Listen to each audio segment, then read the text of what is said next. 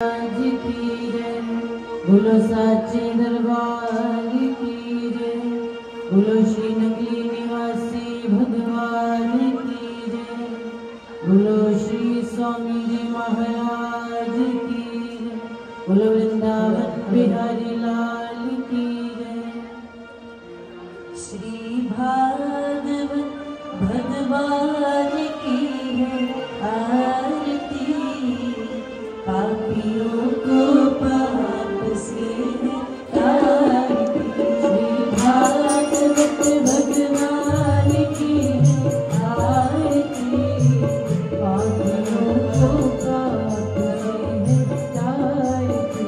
श्री भागवत भगवान की है आरती, पाप से तारती।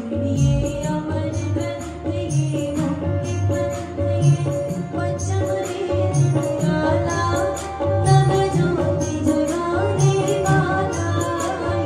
अमर ग्रंथ ये मुक्ति पंथ ये वेद निराला, नव ज्योति जगाने वाला। ये अमर ग्रंथ ये मुक्ति पंथ ये पंचम वेद निराला, नव ज्योति जगाने वाला।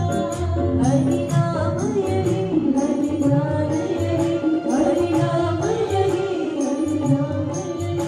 यही जग मंगल की आरती, पापियों को पाप से तारती। श्री भागवत भगवान की है आरती, पापियों को पाप से तारती। ये शांति गीत पावन पुनीत, पापों को मिटाने वाला, हरि दर्श कराने वाला। ये शांति गीत पावन पुनीत, पापों को मिटाने वाला, हरि दर्श कराने वाला। ये सुख करने ये दुख हरने, ये सुख करने ये दुख हरने। श्री मधुसूदन जी की आरती, पापियों को पाप से तारती। श्री भागवत भगवान की है आरती, पापियों को पाप से तारती। ये मधुर बोल जग पंथ को सन्मार्ग दिखाने वाला, पृथ्वी को बनाने वाला। ये मधुर बोल जग पंथ को सन्मार्ग बताने वाला, पृथ्वी को बनाने वाला। श्री राम यही हरि श्याम यही, श्री राम यही हरि श्याम यही। श्री राम यही हरि श्याम यही, श्री राम यही हरि श्याम यही। प्रभु की महिमा की आरती, पापियों को पाप से तारती। श्री भागवत भगवान की है आरती, पापियों को पाप से तारती। श्री भागवत भगवान की है आरती, पापियों को पाप से तारती। पापियों को पाप से तारती, पापियों को पाप से तारती। हे गोपाल राधे कृष्ण गोविंद गोविंद, गोपाल राधे कृष्ण गोविंद गोविंद। हे गोपाल राधे कृष्ण गोविंद गोविंद, हे गोपाल राधे कृष्ण गोविंद गोविंद। कृष्ण गोविंद गोविंद कृष्ण गोविंद गोविंद, गोविंद गोविंद कृष्ण गोविंद गोविंद, राधे गोविंद गोविंद, कृष्ण गोविंद गोविंद, राधे गोविंद गोविंद। हे गोपाल राधे कृष्ण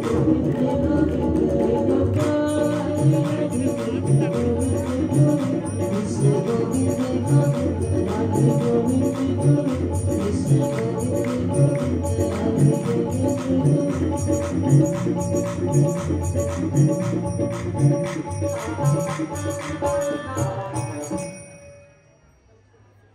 श्री गुरु महाराज की, बोलो साचे दरबार की, बोलो श्री नगरी निवासी भगवान की, बोलो वृंदावन बिहारी लाल की। जो लोग इधर उधर घूम रहे हैं, सबसे पहले मैं उनसे प्रार्थना करता हूं कि कृपया आके पंडाल में बड़े ही शांत स्वभाव में बैठ जाएं।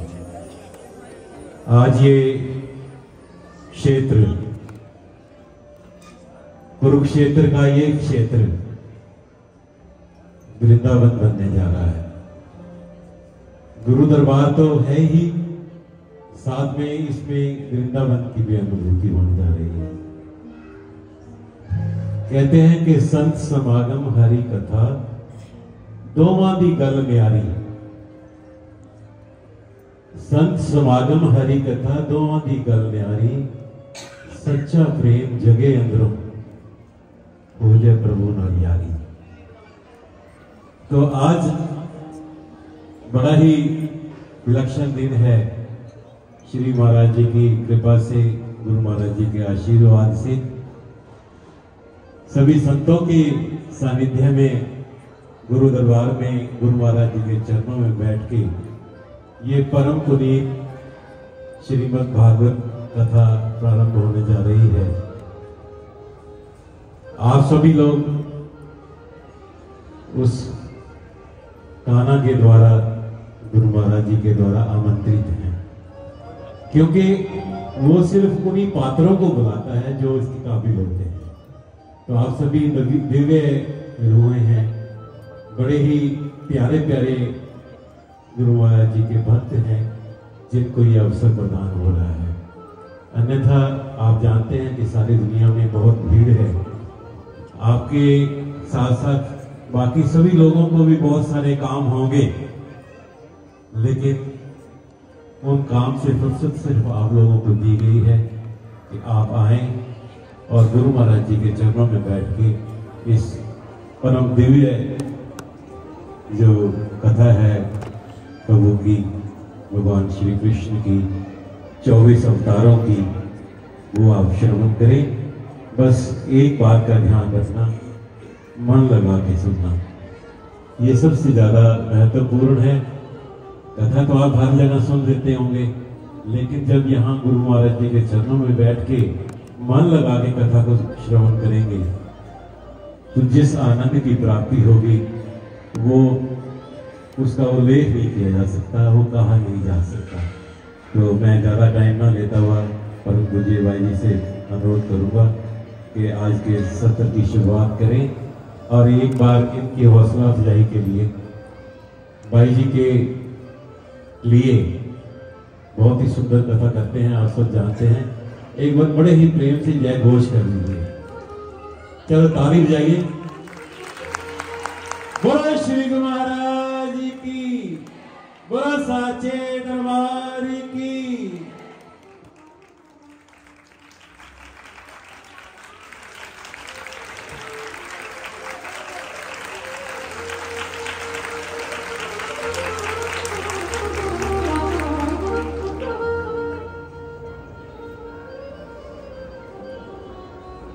बोलो श्री गुरु महाराज की, बोलो साचे दरबार की जय।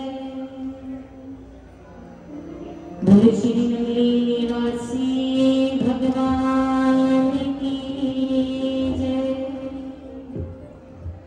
बोलो श्री स्वामी जी महाराज की जय। श्री वृंदावन बिहारी लाल की जय। श्री राधा रानी सरकार की जय। गौ माता की जय। तुलसा महारानी की जय। श्रीमद् भागवत महापुराण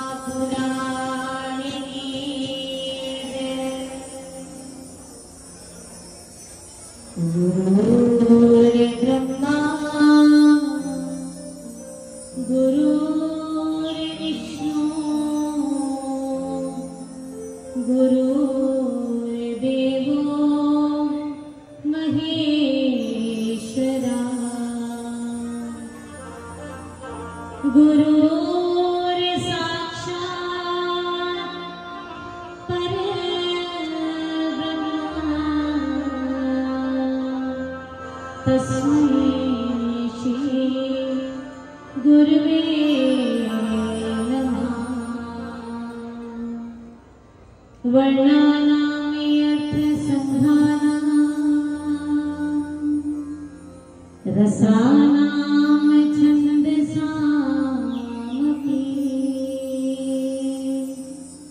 मंगलानाम च कर्तारो वन्दे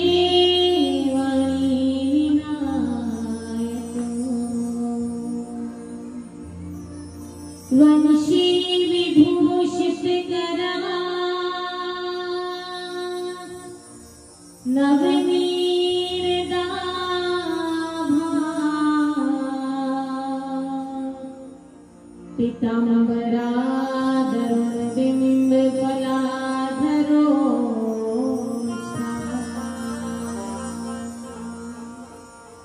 पूर्णेन्दु सुंदर मुखार दरविंद नेता कृष्णात परर किमपि तत्त्वमहं न जाने अतुलित बलधामं हेमशैलाभिदेहं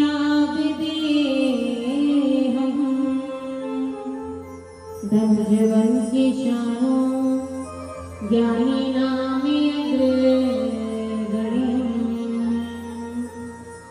सकल गुण निधानं वागणामधीशं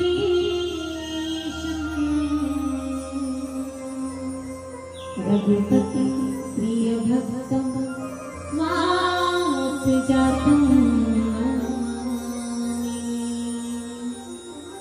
भक्ति भक्त भगवत गुरु चतुर नाम बपुएक इनके पग वंदन किए नाशत विघ्न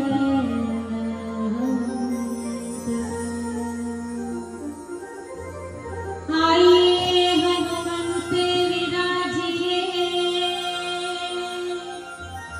तथा कहूँ मति अनुसार प्रेम सहित गाधी धरो पधारिए पवन कुमार। जय जय श्री राधे जय जय श्री राधे जय जय श्री राधे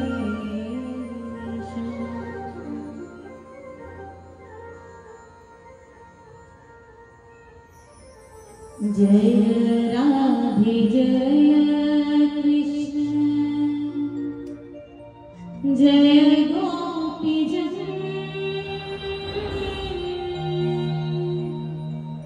जय राधे जय कृष्ण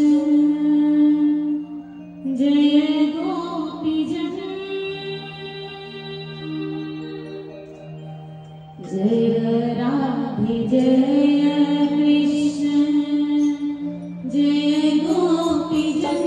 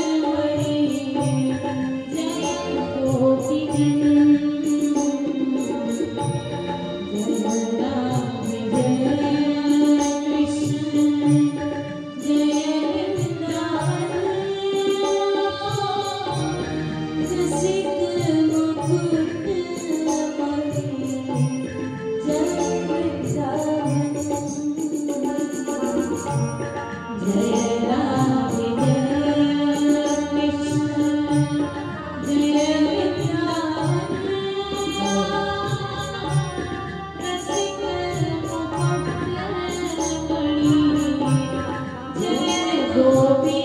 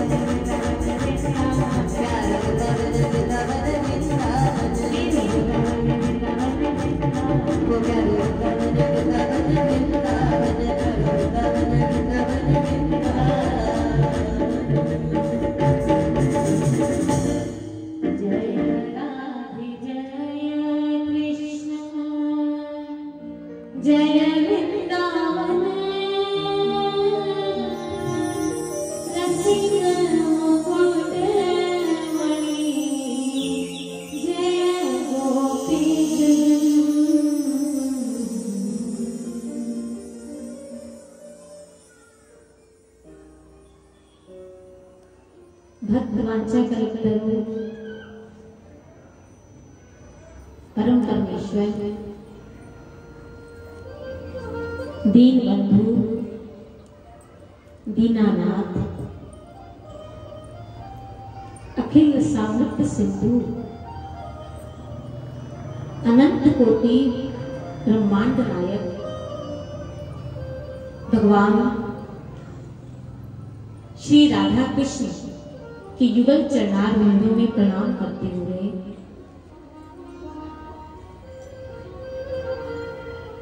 श्रीमद् भागवत महापुराण भगवान का वांग्मय रूप, भगवान का शब्द रूप, शाब्दिक प्रतिमा, इन्हें कोटि कोटि वंदन करते हुए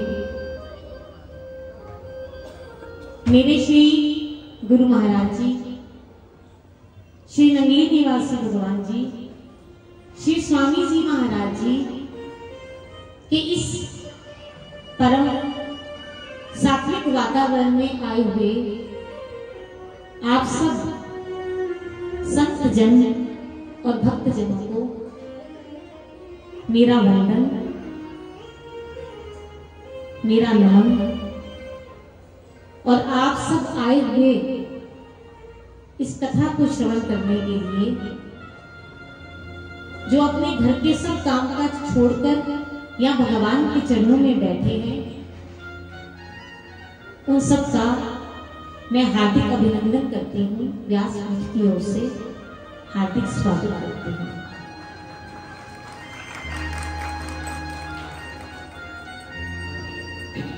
सबसे पहले तो हम अपने आप को भगवान के चरणों में समर्पित करेंगे।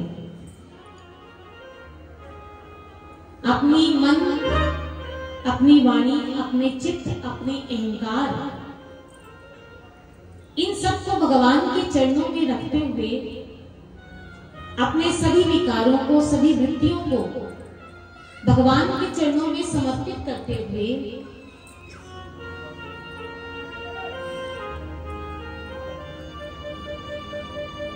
अपने सभी जितने भी विकार हमारे भीतर हैं उन्हें भगवान के चरणों में चढ़ा दीजिए।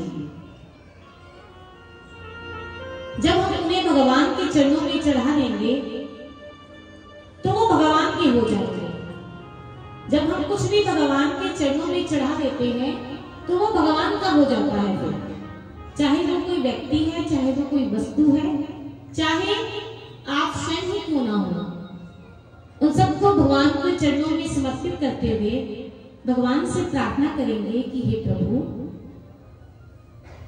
थोड़ी सी जिज्ञासा देकर, थोड़ा सा आनंद देकर, थोड़ा सा रस देकर आप हमें अपनी इस कथा में बिठाइए प्रभु। अभी अभी हम सब ने मंगल कलश यात्रा का आनंद लिया। आप सब के चेहरे देखकर लग रहा है कि आज सब बहुत प्रसन्न है।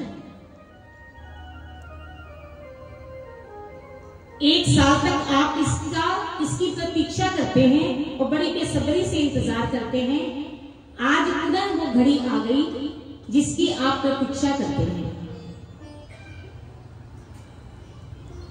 कलश यात्रा में आप सब लोग पैदल आए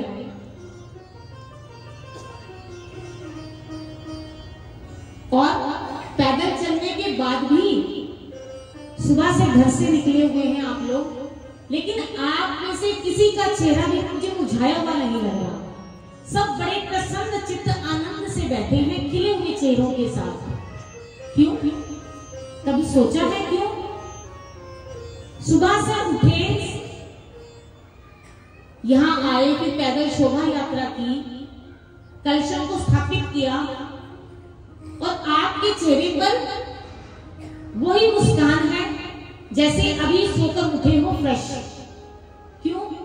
क्योंकि भगवान के काम में कभी थकावट होती ही नहीं। ना तो भगवान का काम कभी रुकता है, ना ही उसमें कभी थकावट होती है।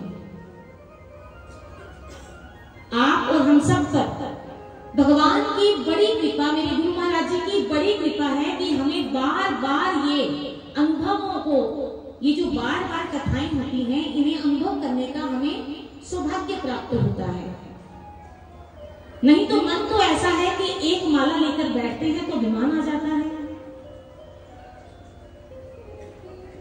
थोड़ा सा संकीर्तन किया, उस संकीर्तन के यश से हमारा माथा ही खराब हो जाता है, दिमाग खराब हो जाता है। लेकिन हम सब पर भगवान की बड़ी कृपा, तो क्यों ना हम अपने गुरु महाराज जी के, राधा कृष्ण के वारी वारी जाएं, उन पे बलिहारी जाएं कि वो हमें ऐसे अवसर बार बार प्रदान करते रहते हैं। मैं आपसे हर बार एक ही बात कहती हूँ कि इसे साधारण पंडाल न समझिएगा। ये कोई साधारण पंडाल नहीं है। भगवान श्री कृष्ण और राधा रानी स्वयं आकर यहाँ पधारे हैं, आपको दर्शन देने के लिए आए हैं। और अगर किसी सोने की दुकान पर जाओ ना, तो सोने से कम मत लेकर आना। सुनियार की दुकान पर जाओ तो सोने से कम लेकर आओगे तो घाटे में नहीं रहोगे। इसलिए इस दिव्य पंडाल में आए हो, यहाँ भगवान राधा रानी और भगवान श्री कृष्ण विराजमान हैं, आपको दर्शन दे रहे हैं। वो लुटा रहे हैं खजाने और झोलियां भर भर कर लेकर जाना, क्योंकि संसार है ना, कोई किस कामना से आता है, कोई किस कामना से आता है। कोई अपने दुखों को लेकर आता है, कोई किसी कामना को लेकर आता है, तो कोई भक्ति की जिज्ञासा को लेकर आता है। तो भगवान लुटाने के लिए बैठे हैं, आप खूब भर भर कर लूट कर जाइएगा। भगवान तो हमें हर समय ही देते हैं, लेकिन भक्त के अंदर ही कमी होती है कि वो भगवान के दिए हुए को सहज स्वीकार नहीं कर पाता। और स्वीकार क्यों नहीं कर पाता? इसका कारण क्या है? भगवान हमें देना चाहते हैं और जीव लेना नहीं चाहता। जीव क्यों नहीं लेना चाहता भगवान से? भगवान कहते हैं तो आ मेरे पास, मेरे चरणों में बैठ, देख तुझे भक्ति के दान से माला माल कर दूंगा। लेकिन जीव स्वीकार नहीं करना चाहता। क्यों? इसका कारण क्या है?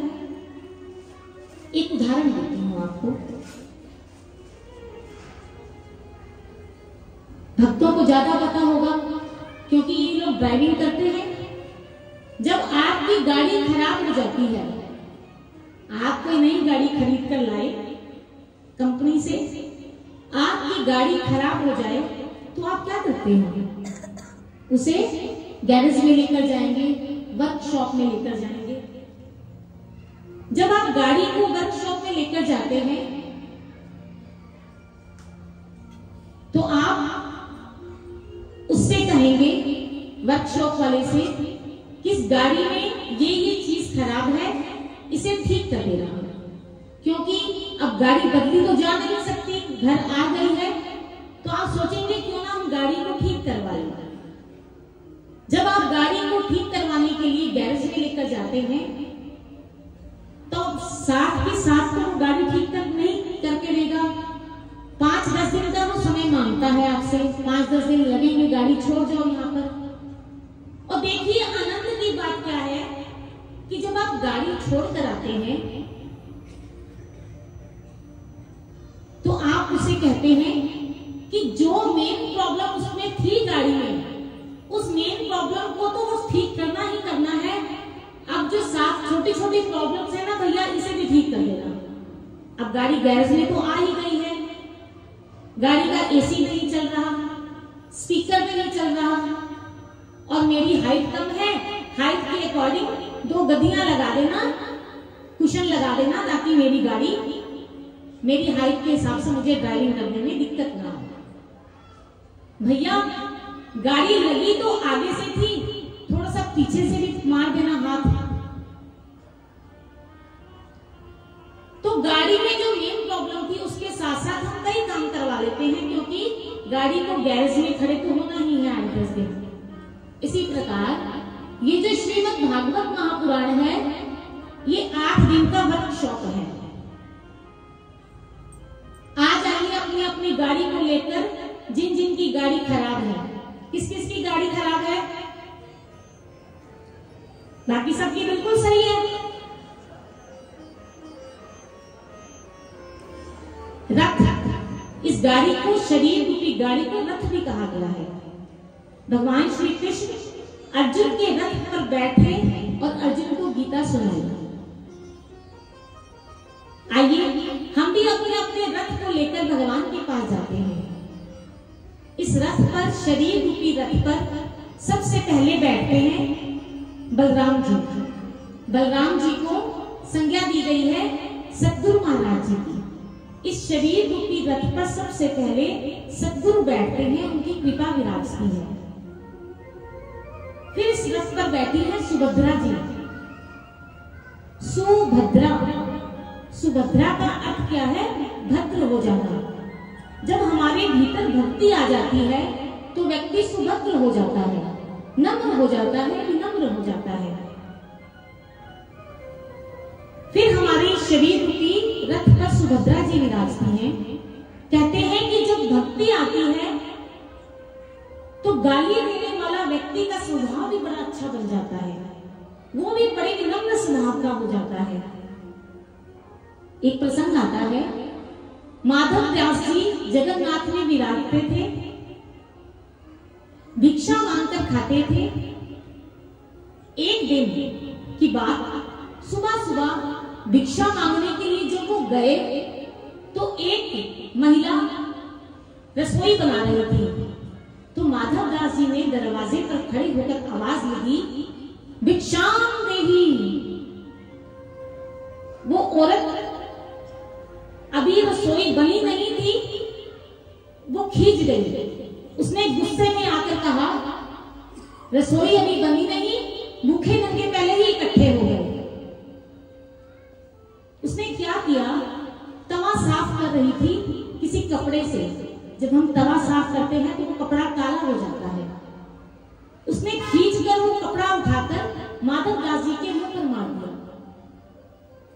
माधव दास जी ने वो कपड़ा उठाया और विचार करने लगे कि हे जगन्नाथ, आज भिक्षा में यही मिला है,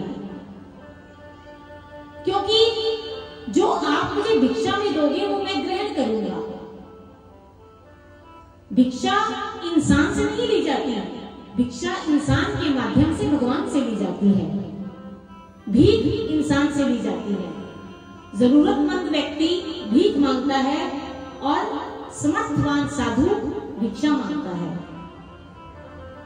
माधवदास जी ने उस कपड़े को फेंका नहीं, उठाकर घर ले आए, उसको लंबा लंबा चीर दिया, चीर कर गोल गोल बाती बनाई, कटोरी में घी डाला और प्रभु के आगे दीपक जला दिया। कहने लगे, प्रभु भोजन देते तो आज उसका भोग लगाता, फल देते तो आज उसका भोग लगाता, आज आपने प्रकाश दिया है, क्यों ना इस प्रकाश का ही भोग लगा दो। ये संत का स्वभाव है। संत से कभी कोई कड़वा बोले या उन्हें दुर्वचन कहे तो वो उसे भी प्रसाद समझकर ग्रहण कर लेते हैं। एकनाथ जी का भी एक ऐसा ही प्रसंग आता है कि एकनाथ जी एक बार गोदावरी नदी में स्नान करने के लिए गए तो क्या हुआ, एक पठान आया। जैसे ही एकनाथ जी गोदावरी नदी से स्नान करके बाहर निकले तो उस पठान ने क्या किया, एकनाथ जी के ऊपर थूक दिया। एकनाथ जी दोबारा स्नान करने चले गए। कहते हैं एक एक करते करते उस पठान ने एकनाथ जी पर 108 बार थूका और 108 बार उन्होंने स्नान किया। वो पठान एकनाथ जी के चरणों में गिरकर क्षमा मांगने लगा कि मैंने आपका इतना अपमान किया और आपका स्वभाव इतना भी ना किया। एकनाथ जी ने कहा, नहीं नहीं, क्षमा मांगने की जरूरत नहीं है।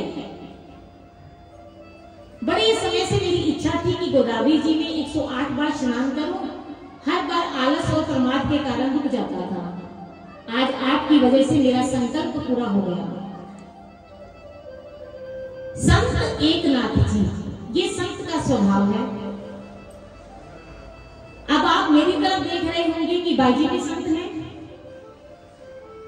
There are some characteristics of a sant and a sadhu. साधु की कुछ कैरेक्टरिस्टिक्स होती हैं, कुछ गुण होते हैं संत के।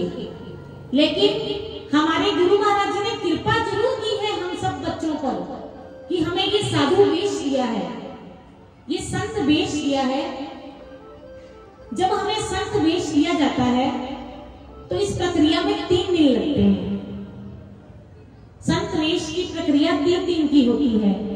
एक दिन जो ये वेश दिया जाता है उनको रंग लगाया जाता है। महाराज जी की इच्छा होती है कि मेरे बच्चे मेरे इस रंग में रंगे जाएं। दूसरे दिन श्री महाराज जी, श्री बाबा जी हमें अपने हाथों से ये चोला पहनाते हैं, ये संत वेश देते हैं। और तीसरे दिन हमारी मुंडन की प्रक्रिया होती है। 3 दिन इस प्रक्रिया में लगते हैं संत बनाने में, लेकिन भीतर से साधु संत बनने में जन्मों जन्म लग जाते हैं। मैं कहूं कि मैं संत हूं या साधु हूं, मैं भीतर से नहीं मानती। ये मेरे गुरु महाराज जी की कृपा है कि उन्होंने हमें बनाया है, लेकिन मैं भीतर से साधु नहीं हूं, संत नहीं हूं। हाँ, चल पड़े हैं इस रास्ते पर, साधक हैं हम, अपने आप को साधने का प्रयास कर रहे हैं। कहते हैं ना, रास्ता लंबा होता है, अगर हम सफर अच्छा मिल जाए तो रास्ता अच्छा कट जाता है, जल्दी कट जाता है। बस रास्ता लंबा था, आप सब मिल गए, हरि नाम का संकीर्तन कर रहे हैं, किसी ना किसी जन्म तो वो हमें मिल ही जाएंगे। बस ये विश्वास हमारे भीतर है।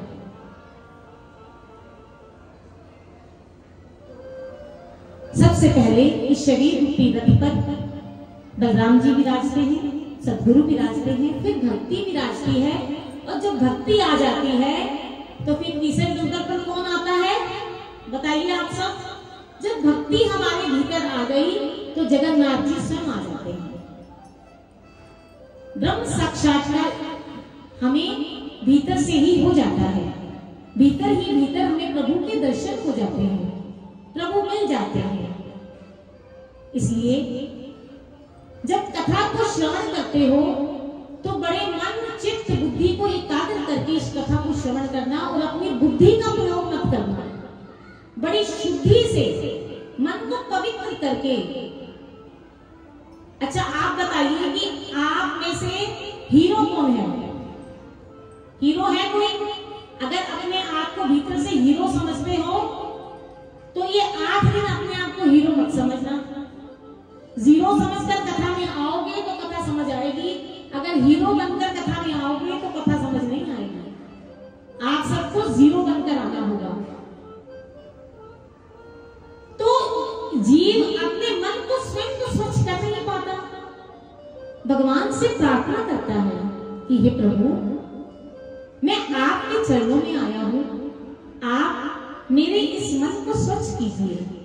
मैं अपने बल से, अपने पुरुषार्थ से, अपने सामर्थ्य से, अपनी शक्ति से, अपने परिश्रम से अपने मन को स्वच्छ नहीं कर पा रहा।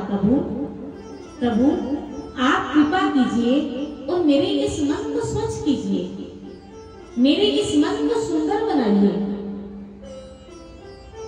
तब तो भगवान ने सबको सुंदर दिया है, आप मेरे इस मन को सुंदर बनाइए। जब मन हमारा सुंदर हो जाएगा तो भीतर भगवान के दर्शन होंगे, हमें भगवान मिल जाएंगे।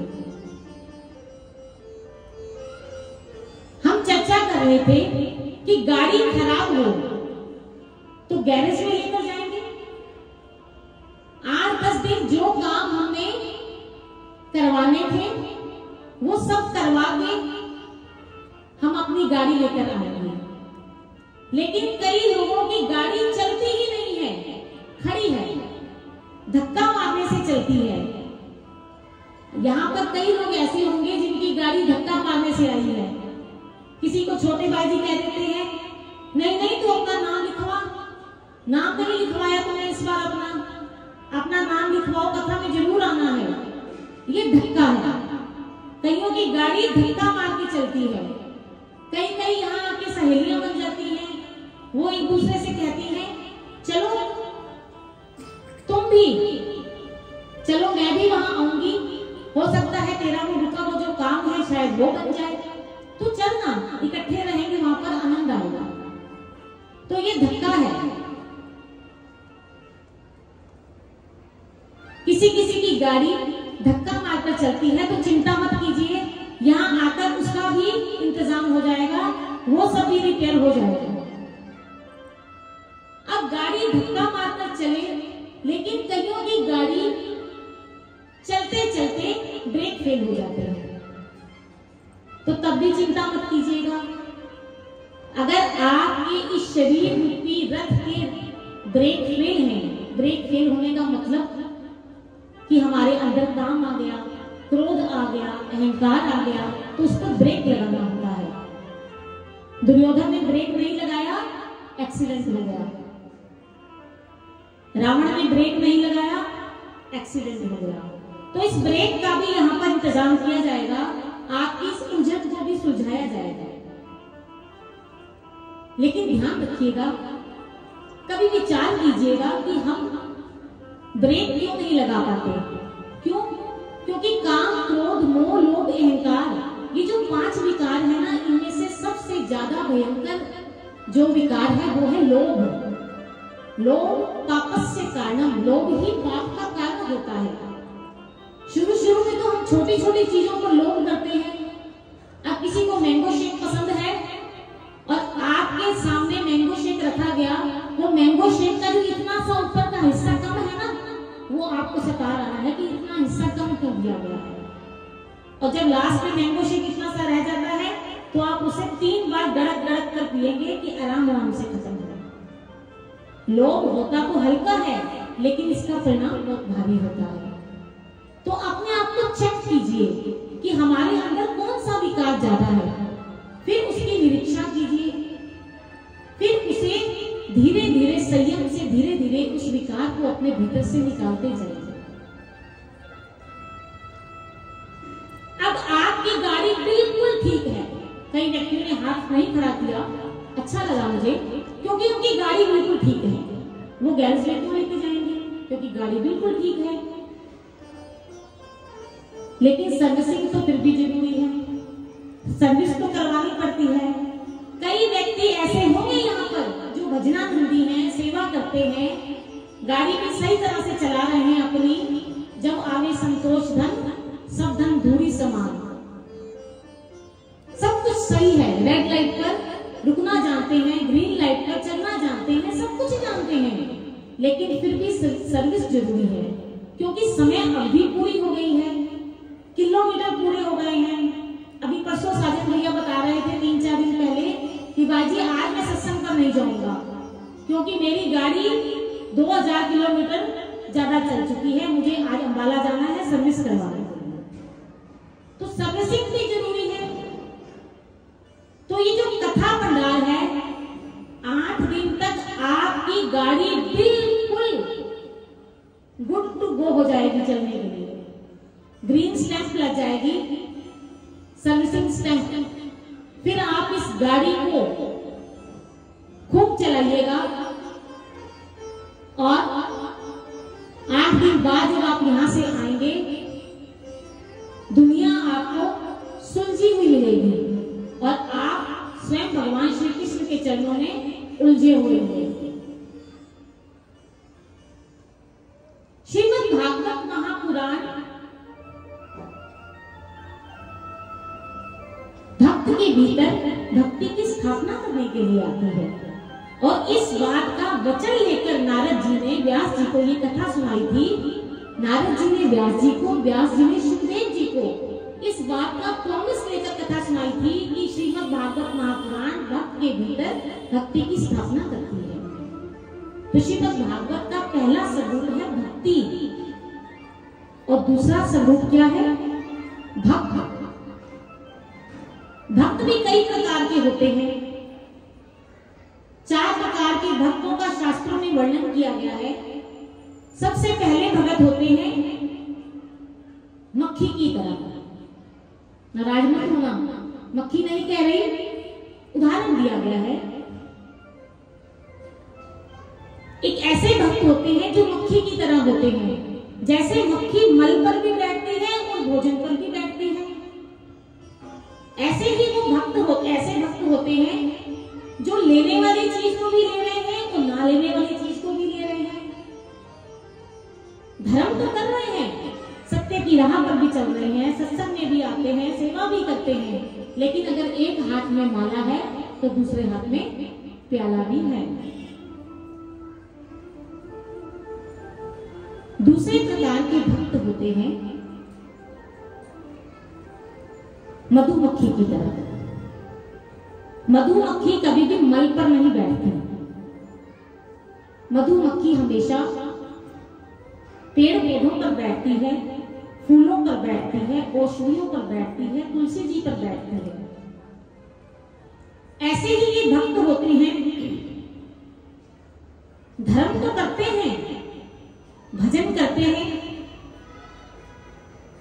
लेकिन गंगा गए तो गंगादास, जमुना गए तो जमुनादास, जहां कोई ले गया वहीं चले जाए, एक भी निष्ठा में नहीं होते। इस भक्त को अभी कह दो ना कि भागवत कथा सुना दे तो सारी भागवत कथा सुना देगा, क्योंकि वो सुनते तो सब हैं लेकिन आचरण नहीं करते, उसे अपने चरित्र में नहीं लेकर आते, उसे अपने व्यवहार में नहीं लेकर आते। सब कुछ सुन रहे हैं, उन्हें कहो कि सत्य पर भाषण दे दो तो सब कुछ बता देंगे कि सत्य किस प्रकार बोला जाता है, सत्य का महत्व क्या है, सत्य बोलने के फायदे क्या हैं, लेकिन उनका अपना जीवन देखो तो झूठ से भरा हुआ होता है। कलयुग का समय ऐसा है कि आज आप इस सतयुग में कभी किसी को कहते थे ना कि कल तुझे झूठ बोलना है, तुझे सारी रात नींद नहीं आती थी कि कल मुझे झूठ बोलना पड़ेगा, और आज कलयुग में किसी से ये कह दो कि कल तुझे सत्य बोलना है तो सारी रात सो नहीं पाएगा कि कल मुझे सत्य बोलना पड़ेगा। तो एक भक्त होते हैं मधुमक्खी की तरह, भजन तो करते हैं लेकिन एक जगह पर टिक कर नहीं, जिस जहां लेकर चला गया वहीं चला गया। तीसरे भक्त होते हैं भंवरे की तरह। भंवरे क्या करते हैं? भंवरा हमेशा फूल पर बैठता है, तो वो भी कौन से फूल पर? कमल पर। भंवरे के सामने 10 प्रकार के फूल हो, लेकिन भंवरा उस पर नहीं बैठता, भंवरा बैठता है कमल पर। ऐसे ही कुछ भक्त ऐसे होते हैं जो अपने इष्ट की निष्ठा में होते हैं, अपने इष्ट को ही सर्वोपरि मानते हैं। अगर आप राम जी को मानते हैं तो पूरी तरह राम जी के हो जाइए, अगर आप कृष्ण जी को मानते हैं तो पूरी तरह कृष्ण जी के हो जाइए। सिया राम ने सब जग जानी, सब जग जानी, जाननी किसमें है? पहले ये तो विचार करो किसमें जानी है। वो भक्त जो भंवरे की तरह होते हैं, वो केवल एक की निष्ठा में होते हैं। प्रणाम सबको करो, आदर सबका करो, सम्मान सबका करो। भाई सब हो सकते हैं, पति तो सब नहीं हो सकते। पति तो एक ही होता है और प्राण पति भी एक ही होता है। तो ये भक्त होते हैं, एक ही निष्ठा में होते हैं। कहते हैं कि वैदिक परंपरा में 5 देवताओं की उपासना का वर्णन किया गया है, लेकिन आप अपने गुरु में इन 5 का दर्शन कर सकते हैं। चौथे प्रकार के भक्त होते हैं चातक की तरह।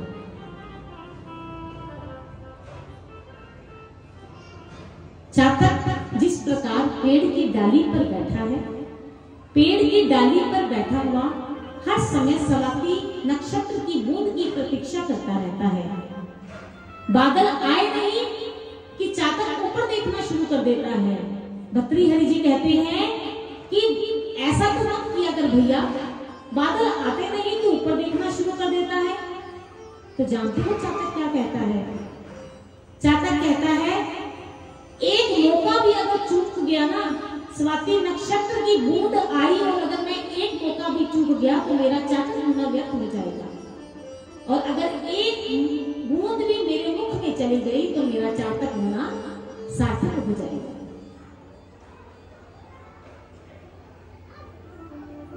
अब आप सब भक्त बैठे हैं, आप विचार कर लीजिए कि आप किस तरह के भक्त हैं।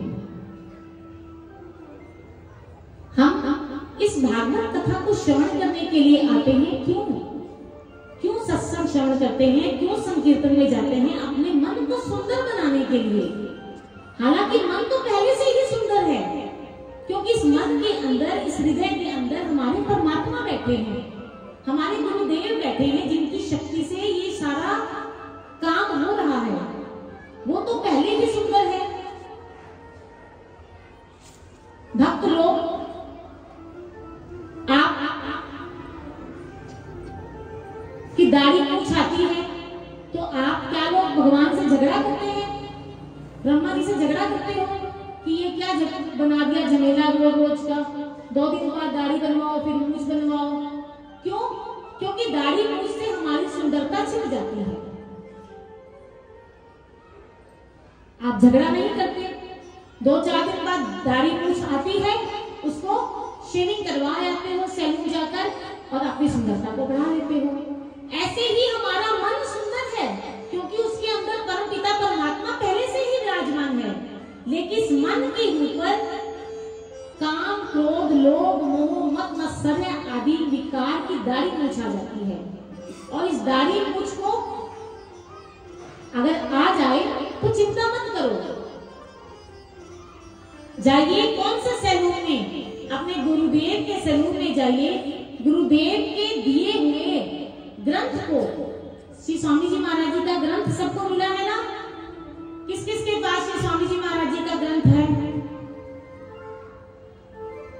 मन के ऊपर दाढ़ी मूंछ आ जाए, विकार आ जाए, ये विकार आ जाए तो क्या करना है? गुरुदेव के सैलून में जाना है और गुरुदेव के दिए हुए ग्रंथ को उनकी करीम लगानी है और गुरुदेव के दिए हुए मंत्र का औजार से उसकी शेविंग करनी है। मन भी आपका सुंदर हो जाएगा।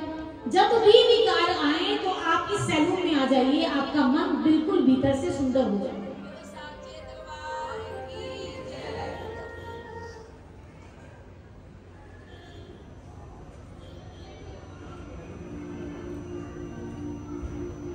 मन तो हमारा पहले ही सुंदर है क्योंकि भगवान इसमें विराजमान है, लेकिन जीव अपने विकारों से इसकी सुंदरता को ढके रहता है। और जब ये विकार हमारे आगे से हट जाते हैं, तो जब विकार हट जाते हैं तो मन में फिर वही प्यारा प्रीतम जो हमें दिख नहीं रहा होता है, उसके दर्शन होने शुरू हो जाते हैं। ये तो थी आज श्रीमद् भागवत महापुराण की भूमिका। अब चलते हैं महात्म की ओर। जब तक महात्म की चर्चा ना हो तब तक उस चीज की वैल्यू पता नहीं लगती। जब तक इंपॉर्टेंस ना हो, पता लगे, तो हम उस चीज की ओर आकर्षित नहीं होते। तो सबसे पहले महात्म का बोध होता है, महात्म की चर्चा होती है। सबसे पहला श्लोक ही मंगलाचरण का है।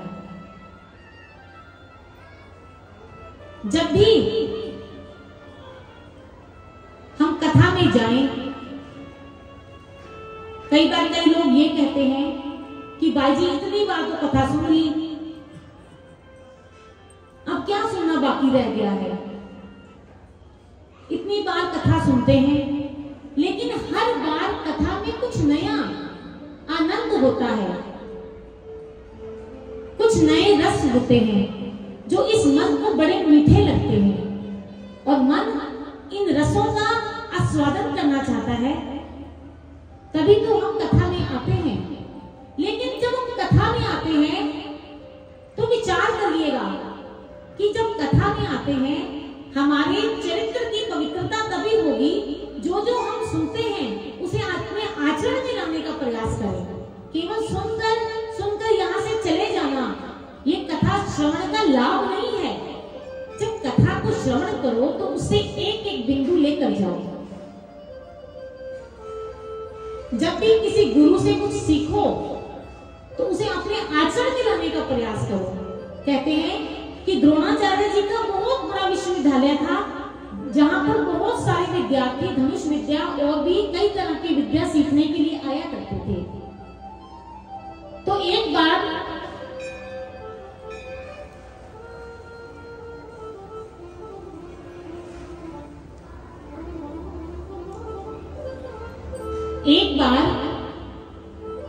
द्रोणाचार्य जी अपने सभी शिष्यों को एक मंत्र सिखा रहे थे, एक गुरु फॉर्मूला बता रहे थे।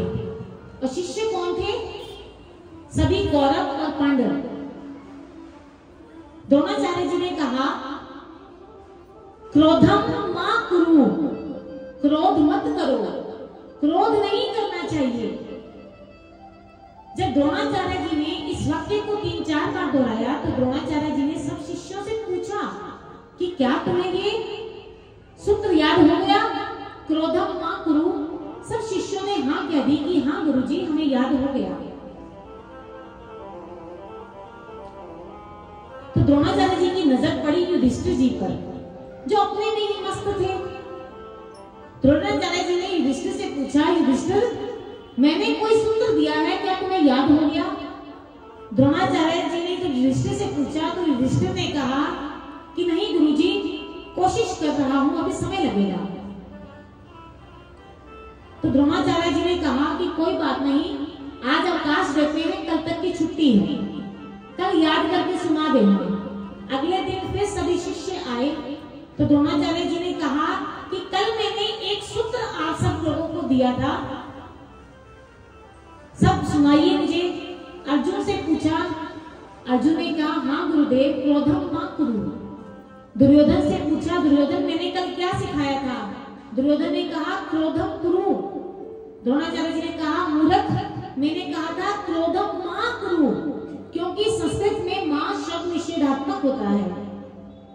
क्रोधम कुरु का मतलब कि क्रोध करना चाहिए, क्रोधम मा कुरु, क्रोध नहीं करना चाहिए। फिर युधिष्ठिर की बारी आई तो फिर पूछा युधिष्ठिर ने कहा, गुरुजी कोशिश कर रहा हूं। द्रोणाचार्य जी ने कहा, कितने आसान से शब्द हैं युधिष्ठिर, तुम सबसे होनहार बालक हो इस विश्वविद्यालय के और तुम्हें ये 3 शब्द नहीं याद हो रहे। तो युधिष्ठिर ने कहा कि गुरुजी याद तो हो गए हैं, मन में स्टोर भी हो गए हैं, समझ भी आ गए हैं, लेकिन आचरण में नहीं आ रहे, चरित्र में नहीं आ रहे, मेरे स्वभाव नहीं बन पा रहा। तो द्रोणाचार्य जी ने कहा, युधिष्ठिर तेरे मायने तू जान जा। कहते हैं समय बीता, जब मैं महाभारत का युद्ध हुआ, कौरवों की बागडोर द्रोणाचार्य जी के हाथ में आई, द्रोणाचार्य जी को सेनापति बनाया गया और द्रोणाचार्य जी के आधिपत्य में चक्रव्यूह की रचना की गई। और उस चक्रव्यूह में क्या हुआ, अर्जुन को योजना बनाकर जानकर चक्रव्यूह से दूर ले जाया गया और अभिमन्यु पर निर्भीकता से प्रहार किए गए। कहते हैं कि जब अभिमन्यु का शव मिला, अर्जुन के पुत्र अभिमन्यु का शव मिला, तो वो एक हिस्से में नहीं था, कई हिस्सों में कटा हुआ अभिमन्यु का शव मिला। जब अभिमन्यु पर प्रहार किया जाता था एक एक अंग पर, तो दुर्योधन हंसता था, कर्ण जोर जोर से हंस रहा था। युधिष्ठिर ये दृश्य दूर से खड़ा देख रहा था। अब द्रोणाचार्य जी भयभीत हो रहे थे, बार बार मुड़कर द्रोणाचार्य जी युधिष्ठिर की तरफ देखते, लेकिन युधिष्ठिर मन ही मन में कुछ बुड़बुड़ा रहा था। पीछे मुड़कर द्रोणाचार्य जी ने दोबारा देखा और ध्यान से देखा तो युधिष्ठिर क्या बोल रहा था, क्रोधम मां कुरु, क्रोधम मां कुरु। कोई भी श्लोक, कोई चौपाई, कोई मंत्र जब तक हमारे मुख में आए, ठीक है, उसको जपने से पुण्य तो मिलता है, लेकिन जब तक उस चौपाई का अर्थ समझकर उसे अपने व्यवहार में नहीं लाओगे, उसे रखने का, मुंह से बोलने का कोई लाभ नहीं होगा आपको। इसीलिए कहा कि जो लोग कहते हैं कि हम कथा बार बार सुनकर क्या करेंगे, ना जाने किस बार कोई बात हमारे दिमाग पर चोट कर जाए, मन पर चोट कर जाए और हमारा मन सुधर कर भगवान के चरणों में आ जाए, तो हमारा ये 8 दिन का जो इन्वेस्टमेंट है ना, वो सफल हो जाएगा।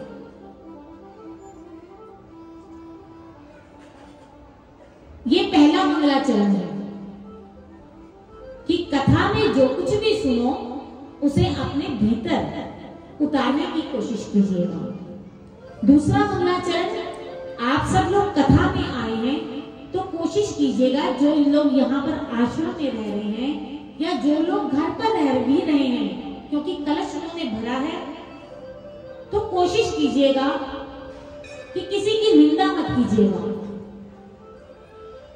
हर एक वस्तु विशेष में अच्छी चीज देखने का प्रयास कीजिएगा। अगर पूरा जीवन ये नहीं कर सकते, कम से कम 8 दिन तो कर सकते हैं।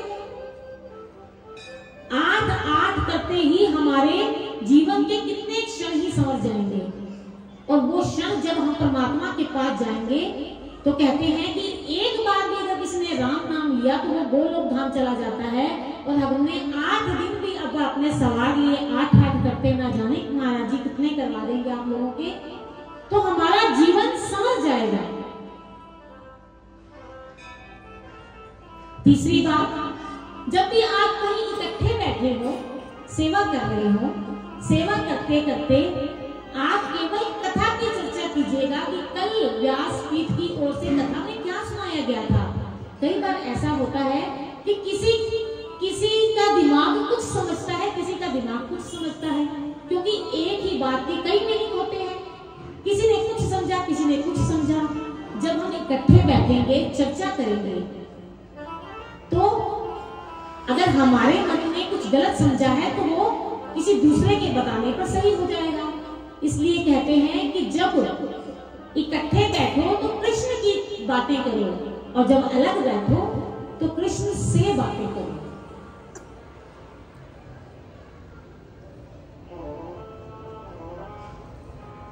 एक बार एक व्यक्ति किसी संत पास आया और कहने लगा कि हे महात्मा जी, मुझे कोई ऊंची बात बताइए, कोई ऊंची बात बताइए। तो वो महात्मा जी ने कहा कि रामचरितमानस मुझे सब पता है, रामायण तो मुझे सारी आती है, सब पता है, राम जी के बारे में, रावण, सब कुछ सब पता है। आप कुछ और ऊंची बात बताइए, ऊंची बात। तो उन्होंने कहा कि गीता जी, हाँ गीता जी के बारे में बताइए, भगवत गीता के बारे में मुझे कोई ज्ञान भी नहीं है खास, आप भगवत गीता के बारे में मुझे बता दीजिए। तो कहते हैं कि संत जी ने 1-1.5 घंटा गीता जी का केवल महात्म ही सुनाया और कहा कि ये तो केवल महात्म था, चर्चा तो कल से शुरू होगी, अध्याय कल से शुरू होंगे। तो उन्होंने कहा कि समझ आ गया, बहुत अच्छी तरह समझ आया, आपने जितना भी समझाया दिमाग में बैठ गया है, मन में बिल्कुल अच्छी तरह समझ आ गया। तो गुरुजी ने कहा कि कुछ पूछ लो, कुछ समझ में ना आया हो तो। उसने कहा नहीं सब समझ में आ गया गुरुजी, सब अच्छी तरह समझ में आ गया। उसने कहा मैं भी गुरु हूँ, मुझे भी लगे कि तुम मेरे शिष्य हो, कुछ पूछ लो, मुझे लगेगा कि हाँ मैं जवाब दे सकता हूँ, मुझे जवाब देना आता है आगे से। उसने कहा बाकी तो सब समझ आ गया गुरुजी, आपने जितना भी भगवत गीता के बारे में बताया। आप एक लाइन बार बार बोल रहे थे, सर्वा उपनिषदो गावो दो गधा गोपाल माधवा। आप बार बार ये लाइन दोहरा रहे थे, सर्वा उपनिषदा गावो दो गधा गोपाल माधवा, ये नहीं समझ आया। तो जानते हो,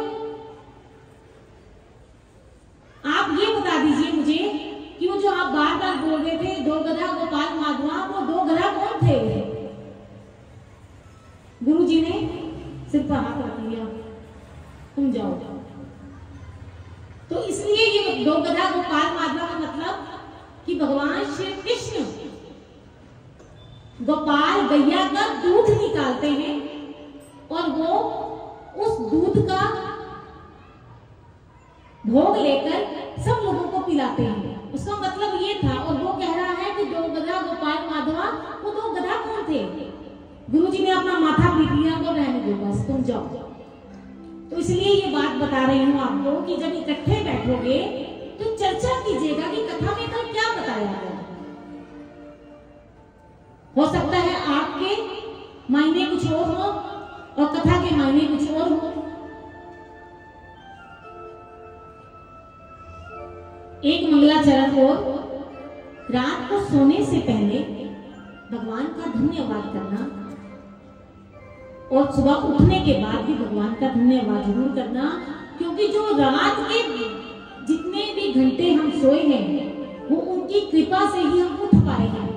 उनकी कृपा ही थी जो हम स्वस्थ बिल्कुल तंदुरुस्त होकर उठ गए और उनके चरणों में आकर भागवत कथा को श्रवण कर रहे हैं। तो इसलिए उनका धन्यवाद जरूर कीजिए।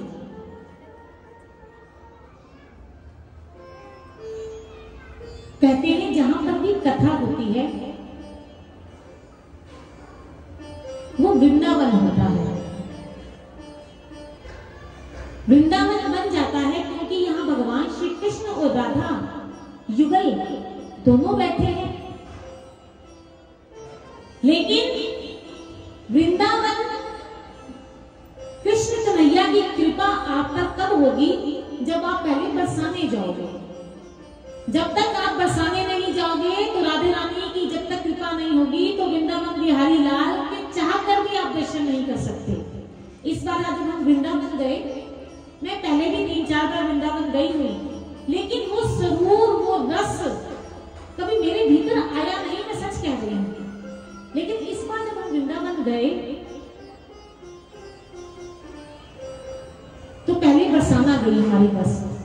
जब बरसाना से राधा रानी की कृपा को प्राप्त कर जब हम वृंदावन गए तो हर एक मंदिर में ऐसा लग रहा था कि भगवान ने हमारे लिए सारे दरवाजे खोल के रखे हैं कि आओ, कुरुक्षेत्र से बस आई है, जल्दी आओ, सब आओ, मेरे दर्शन कर लो। हमें समझ ही नहीं आया, हम जिस भी मंदिर में गए खुले दर्शन, रज रज का दर्शन किए और ऐसा सरूर अंदर छाया हुआ है कि मैं छोटे बारी से रोज कहती हूँ कि मुझे कथा के बाद वृंदावन जाना है। वो नशा उतरा ही नहीं अभी तक, 6 महीने हो गए हैं। क्योंकि राधे रानी की कृपा के बिना आप भगवान श्री कृष्ण को नहीं पा सकते। तो आज हम बरसाने जाएंगे, राधे रानी की कृपा को मांगेंगे, राधे रानी से कहेंगे कि आप हमें अपना बना लो। जब आप अपना बना लोगी तो कृष्ण तो हमें अपने आप ही स्वीकार कर लेंगे। आइए क्या कहेंगे, किशोरी मोहे अपना कर लीजो, किशोरी मोहे अपना कर लीजो, किशोरी मोहे अपना कर लीजो, किशोरी मोहे अपना कर लीजो, किशोरी मोहे अपना कर लीजो, किशोरी मोहे अपना कर लीजो। जग जंजाल छुड़ाए वास बरसाने को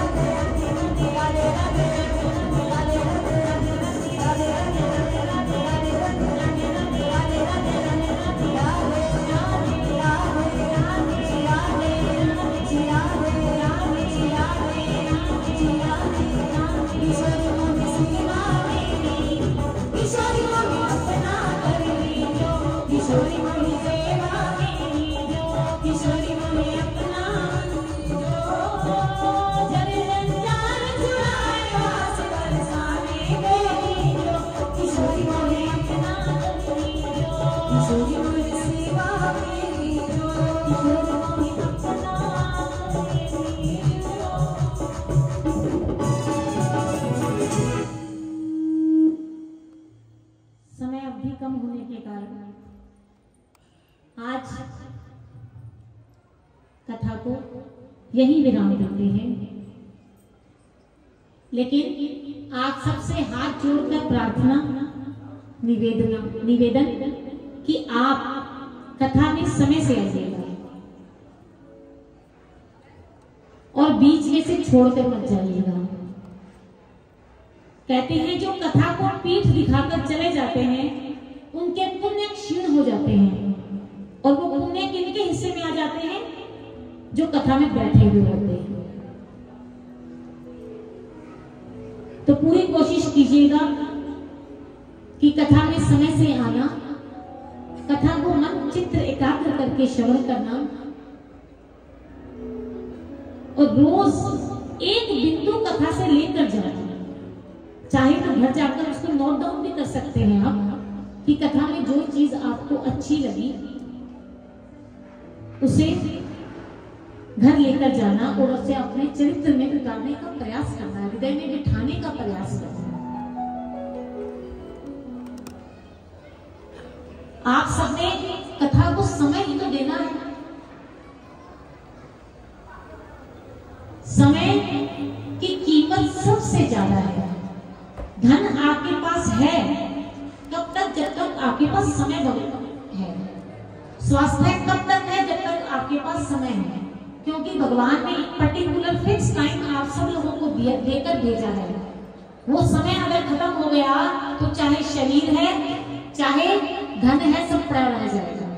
और इस समय का सबसे बढ़िया इन्वेस्टमेंट है कथा, कीर्तन और सत्संग, प्रभु का नाम। ये सबसे बढ़िया इन्वेस्टमेंट है कथा का, समय का। और अगर आपने इस समय का इन्वेस्टमेंट किया तो व्यासपीठ की ओर से मैं ये वचन लेती हूँ, आप सबको इसका रिटर्न बहुत अच्छा मिलेगा, आपको इसका फल बहुत अच्छा मिलेगा। समय भी तो मांग रहे हैं। जब आप लोग श्री महाराज जी के पास आते हैं कि महाराज जी सत्संग कर लो, आप हमें समय दे दो, हमारे घर आओ, हमें समय दो। आज हम आपसे समय मांग रहे हैं और इसमें भी संतों का कोई फायदा नहीं है। आप सोचिए कि महाराज जी का फायदा है, महाराज जी का कोई फायदा नहीं है। अगर आपसे समय मांग रहे हैं तो वो भी आपके कल्याण के लिए। गुरुदेव चाहते हैं कि मेरी ये रूहें तर जाएं, इनका कल्याण हो जाएगा। कहते हैं कि गुरु का आशीर्वाद लेना सीखो। वैसे तो कहते हैं कि अगर गुरुदेव हमारे सिर पर हैं तो ये सबसे बड़ा आशीर्वाद है, ये कवच है कि गुरुदेव आपके सिर पर है। इससे बड़ा कोई आशीर्वाद हो नहीं सकता। ऐसे कर्म करो कि गुरुदेव से आशीर्वाद मिले, लेकिन जबरदस्ती नहीं। महाराज जी मेरे सिर पे हाथ रख दो, बाबा जी मेरे सिर पे हाथ रख दो, ऐसे लेने से आशीर्वाद नहीं मिलते। आपके कर्म ऐसे हो, आपकी सेवा ऐसी हो कि गुरुदेव की आंखों में आंसू आ जाए, वो कहे श्री स्वामी जी महाराज जी से कि मेरे इस भक्त का कल्याण कर दो। कहते हैं कि जब गुरुदेव भगवान से कह देते हैं कि मेरे इस भक्त का कल्याण हो जाए, इस भक्त का कल्याण कर दो, तो निश्चित ही उसका कल्याण हो जाएगा। तो अगर गुरुदेव आपसे समय मांग रहे हैं तो वो भी आपके भले के लिए, आपके कल्याण के लिए। तो इस समय का सबसे बढ़िया इन्वेस्टमेंट है कथा। कथा में जब हम आते हैं तो भगवान के चरणों में बैठते हैं। कहते हैं कि भगवान को पाने के 3 साधन हैं। 3 साधन कौन से हैं? इन 3 साधनों का आश्रय लेना चाहिए। पहला है कथा, दूसरा है भक्त। भक्त कैसे? किसी भक्त के पास आप जाओ, उस भक्त के चेहरे पर इतना नूर हो, उसके रोम रोम में भगवान समाये हुए हो। जब भी उससे चर्चा करो तो वो केवल भगवान की चर्चा करे तो स्वाभाविक भी हमारे मुख से निकल जाता है, काश मैं भी ऐसा बन जाऊं, काश मैं भी ऐसा हो जाऊं, मैं भी इसकी तरह बन जाऊं। तो कथा, भक्त और प्रभु का नाम, ये 3 चीजें अगर इंसान को मिल जाए, जीव को मिल जाए, तो वो भगवान को पा सकता है। तो इसलिए आप सबसे प्रार्थना करती हूं, जैसा कि पहले कहा कि सुनियार की दुकान पर जाओ तो सोने से कम मत कुछ ले कर आइएगा। भगवान बैठे हैं, लुटा रहे हैं, झोलियां खोल कर बैठना, आपकी झोलियां भरी हुई ही जाएंगी। राधे कृष्णा कृष्णा कृष्णा राधे राधे, राधे श्याम श्याम श्याम राधे राधे, राधे कृष्णा कृष्णा कृष्णा कृष्णा राधे राधे, राधे श्याम श्याम श्याम श्याम राधे राधे, राधे कृष्णा कृष्णा कृष्णा राधे राधे, राधे श्याम श्याम श्याम राधे राधे। आप सबके परिश्रम को, आप सबकी मेहनत को मैं प्रणाम करती हूँ। आप सब सुबह से उठे हुए हैं, घर के काम काज करके यहाँ आए, शोभा यात्रा का आनंद भी लिया और बड़े मुस्कुराते हुए चेहरों के साथ, बड़ी लगन के साथ इस कथा में बैठे। आप सबके परिश्रम को मेरा वंदन। राधे कृष्णा कृष्णा कृष्णा राधे राधे, राधे श्याम श्याम श्याम राधे राधा कृष्णा कृष्णा कृष्णा राधे राधे, राधे श्याम श्याम श्याम राधे राधे। थोड़े से समय की बात है, राधे मैं जानती हूँ आप लोग बहुत थके हुए हैं। 5 मिनट की बात है बस। भगवान को अपनी अटेंडेंस लगा दीजिए। संतोष बाजी कहते हैं कि जब आप हाथ खड़े करते हैं तो ये आपकी अटेंडेंस है, अटेंडेंस का प्रतीक है। बस 5 मिनट की बात है। Radhe Krishna Krishna Krishna Radhe Radhe, Radhe Shyam Shyam Shyam Radhe Radhe, Radhe Krishna Krishna Krishna Radhe Radhe, Radhe Shyam Shyam Shyam Radhe Radhe, Radhe Krishna Krishna Krishna Radhe Radhe, Radhe Shyam Shyam Shyam Radhe Radhe, Radhe Krishna Krishna Krishna Radhe Radhe, Radhe Shyam Shyam Shyam Radhe Radhe, Krishna Krishna Radhe Radhe, Radhe Shyam Radhe Radhe, Radhe Krishna Krishna Krishna Radhe Radhe, Radhe Shyam Shyam Shyam Radhe Radhe,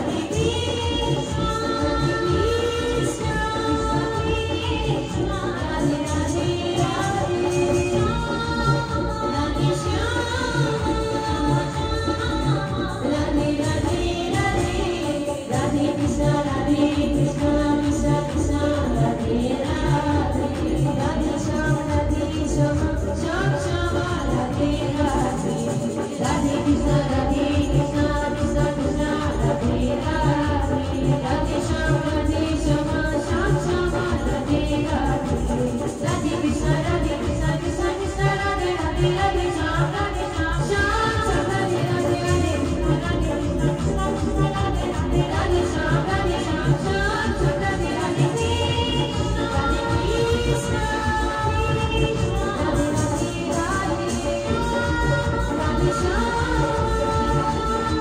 Radhe, Radhe Krishna Krishna Krishna Radhe Radhe, Radhe Shyam Shyam Shyam Radhe Radhe, Radhe Krishna Krishna Krishna Radhe Radhe, Radhe Shyam Shyam Shyam Radhe Radhe, Radhe Krishna Krishna Krishna Radhe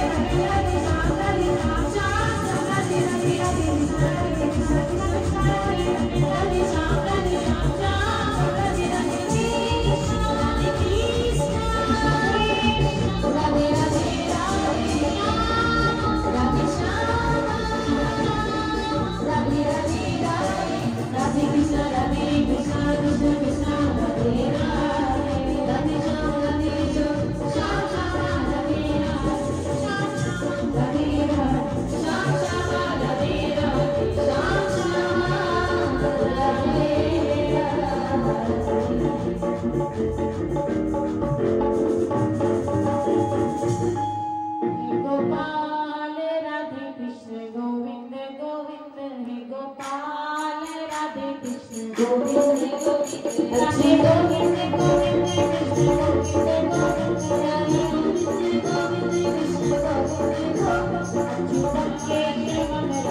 Narayana Krishna Ram